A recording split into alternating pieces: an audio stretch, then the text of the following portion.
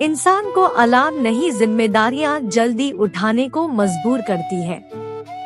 माँ, कल मेरा इंटरव्यू है, क्या आप मुझे जल्दी उठा देगी?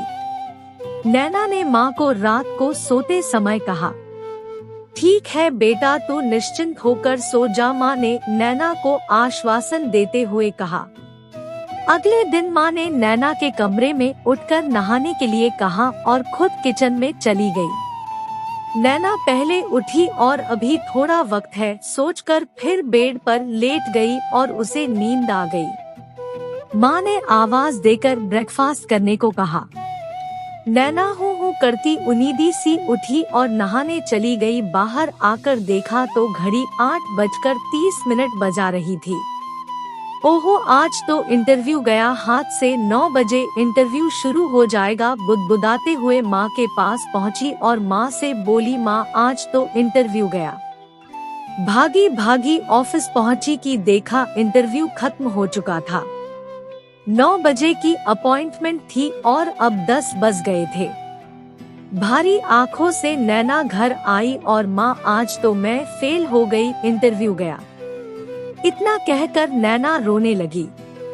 माँ, आपने भी मुझे नहीं जगाया, इससे अच्छा मैं अलार्म लगा लेती, कम से कम लेट नहीं होती। माँ को ये सुनकर बहुत बुरा लगा।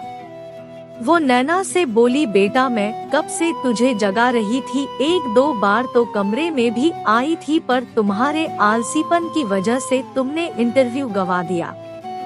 बेटा, इंसान को अलार्म नहीं, जिम्मेदारियां जल्दी उठने पर मजबूर करती है। अभी तुम्हारे ऊपर कोई जिम्मेवारी नहीं है, न इसलिए तुम्हें नींद आती है। जब सपने पूरे करने हो तो सुबह खुद ब खुद तुमको जगाती है, वो भी किसी अलार्म के। बेटा, अपनी गलती को मनाना सीखो, बजाय उसे दूसरे पर थोपने के। आज जो हो गया सो हो गया, अपनी गलती से सबक लो और भविष्य में दोबारा गलती मत दोहराओ।